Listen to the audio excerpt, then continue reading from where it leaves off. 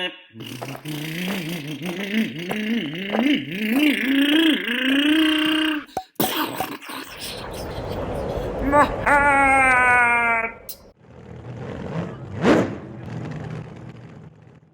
Right, I have the front end now. I'm going to take apart some of it, just one side, and then I'm going to tell you how to take apart some of the other things. Because once you remove one arm, you know how to remove the other arm.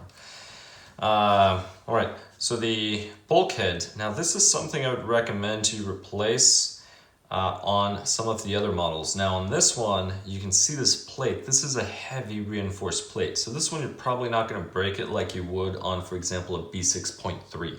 B6.3, this is really thin. You're going to blow that thing out.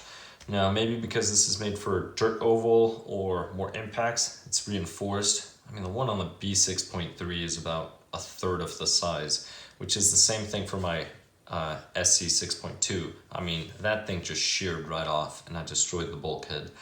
But here we go. So bell crank. If you're gonna remove the bell crank, all you do is, once this is removed, so again, just a little recap, we remove these top two screws, and then we remove the bottom 4 screws, which are the bottom of this chassis right here where it kicks up. Those are the screws that you would be removing, and then this will pull forward. You just unclip the little servo arm there, that link, and this will come out. Now, for the bell crank, all you do is remove these 2 screws right here. Once you remove these 2 screws, this will pop out. The bell crank, this is now going to become a weak point because we have an aluminum servo horn right here.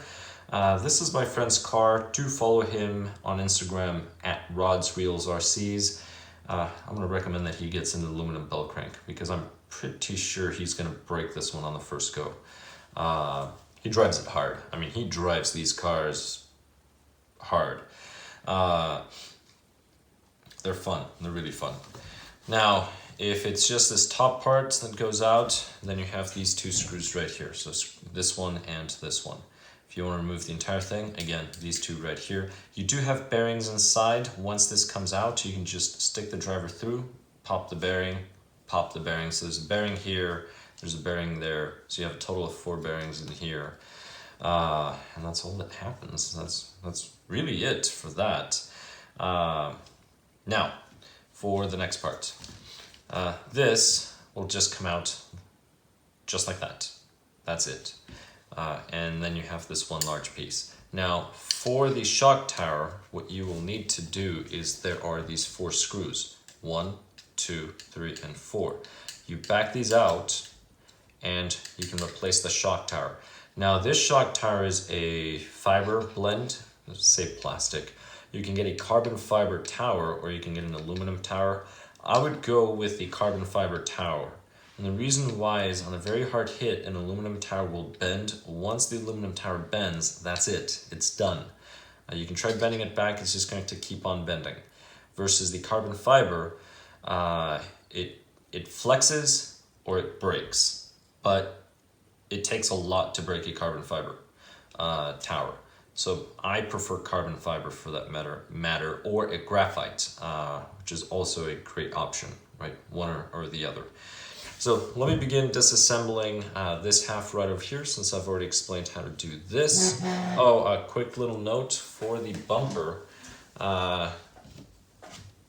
If you want to just remove these, they're back here. So once you remove it, you have access to them. You just go back here with a 2mm driver and you just remove screw 1 and then screw 2.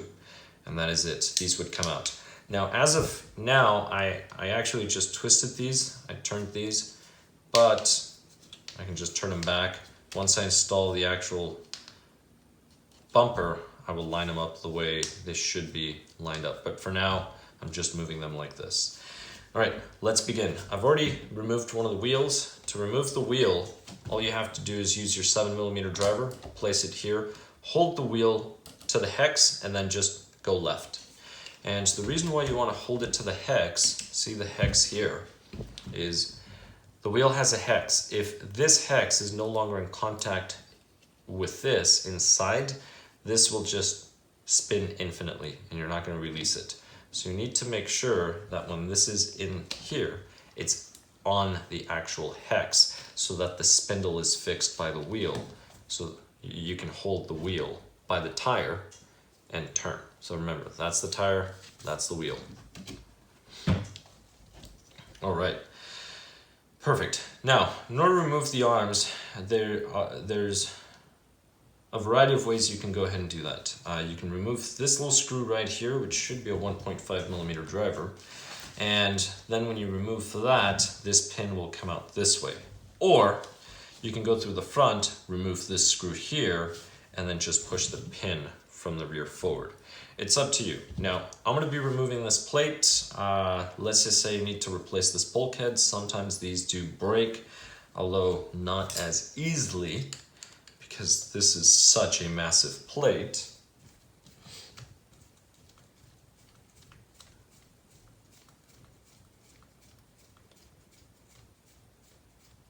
But here we go.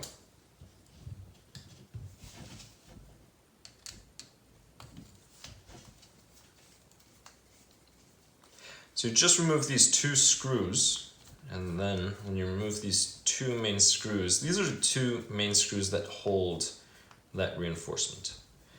And you need that reinforcement right here. All right, perfect.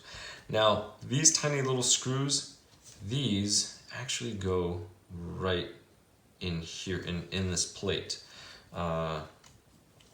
So I don't have to remove them because they're only going in the plate, right in here. Let me show you. Right there. So save yourself the time and trouble, leave those in, just remove the plate completely. If you were replacing the plates, then remove them.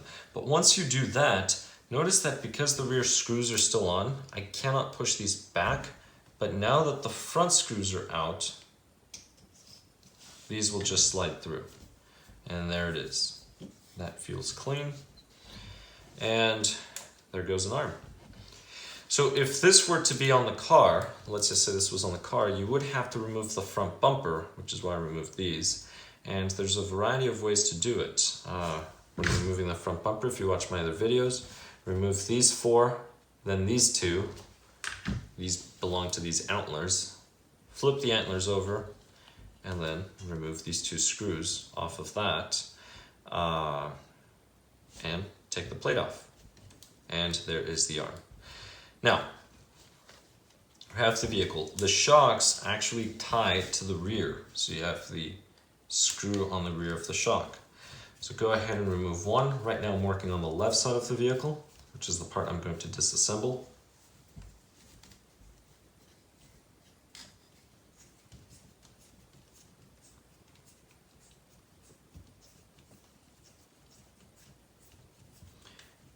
And that is it. Make sure you use a screw that's the correct length. This one is the correct length, it's the original one, but if you use one that's too short, you may damage the arm. But that is it. So the shock is up here. Now for the links. You simply just pop these off, and that is it. Pop one, pop two.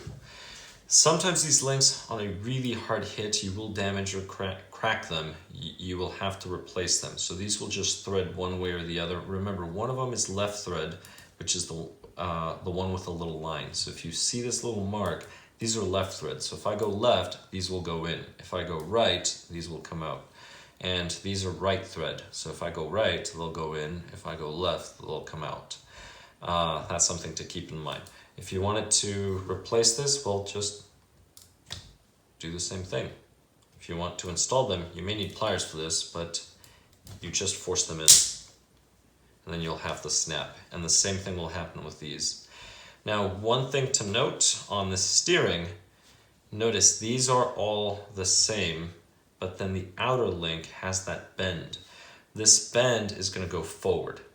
So this is the forward part of the vehicle. This bend goes on the outside and forward. Keep that in mind when you're reassembling. Something else that you can do is just leave the link on, just like this. All right, we'll put that off to the side. This is for the shock. And here we go. Now, again, say we want to remove the arm. There's nothing really I can do here because there's, well, nothing there. But if you look on this side with this little screw is what holds the pin. So you will just use a 1.5 millimeter driver, pull this out. And once you do that, if the pin doesn't fall, that's fine. Just use a little pick, push that in. So once you push that through, that was a tight fit. This is out of the factory. You can use some pliers, feels smooth. And there is the arm. Now just remember the part where the screw goes in, that's gonna go toward the rear. So just keep that in mind. So I'll place it this way so I know that's the rear of the car, that's the front. But now we have our caster block with our steering knuckle.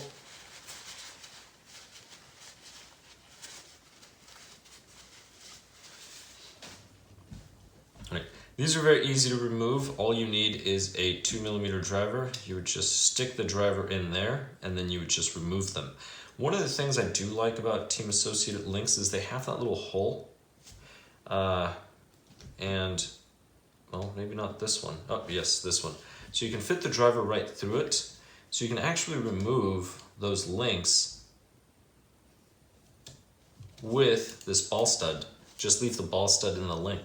That's a possibility. So if you were to break this, you don't have to take everything apart like I did. You can just stick the driver in the hole and then just remove this with the link and just worry about this. Now I'm gonna leave these two on, but I am going to make a note. Make sure this one here is, so let me show you. If I put it on the vehicle like this one goes forward and this one on the knuckle goes up. So that's your orientation. Now, in order to remove this, all you need to do is remove these two screws. You need to remove the top one. Now be careful when you're removing them. There's a reason why. Remove the top and then remove the bottom.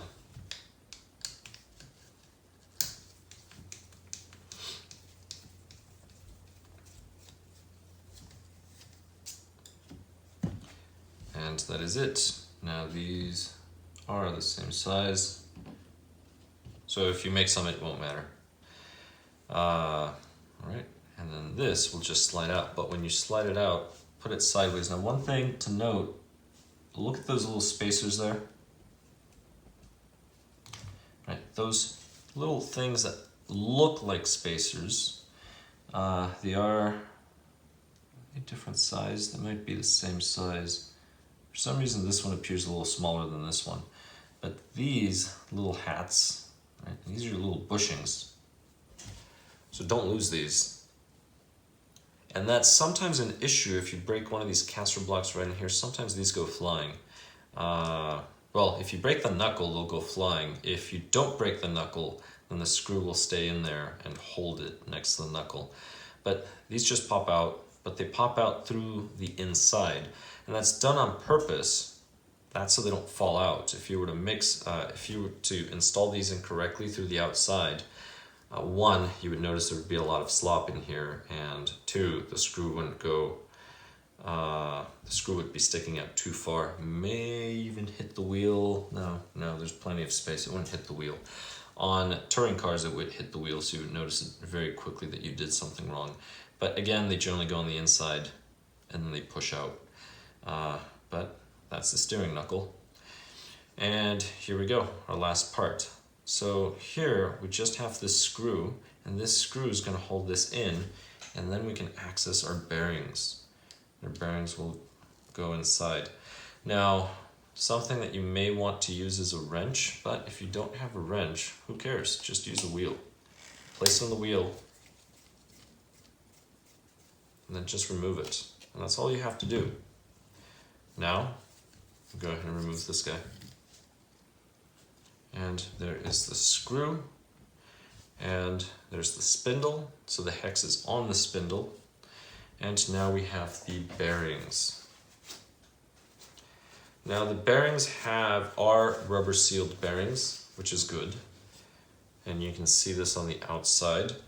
All you have to do is in the middle, you're not going to be able to see it on the camera, but there's a gap. Usually there's a gap for all bearings. Just stick your driver and just push them out. So if you had to replace these or give these further maintenance, that's it. This is all you would do. And then with just a pick or something light, you can just go in there and pop the seal out, and then you can just clean the inside. If they feel really grimy, just replace them. And the reason why is the little balls in there sometimes develop flat spots, and you might as well replace them. So that is it for tearing this down. On the next one, I'm going to go ahead and talk about the shocks. Right now for the shocks, really quick, it's just this nut. Well, let's just go ahead and replace it now, or remove it. That would be easier.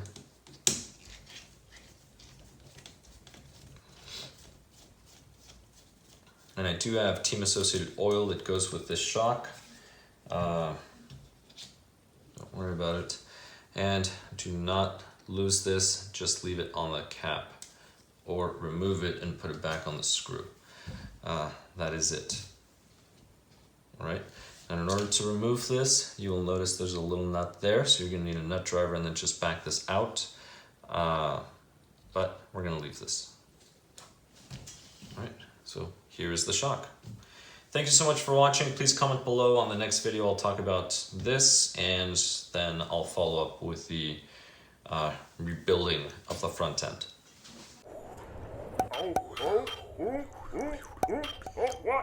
Oh, my hair! My tongue! My rod!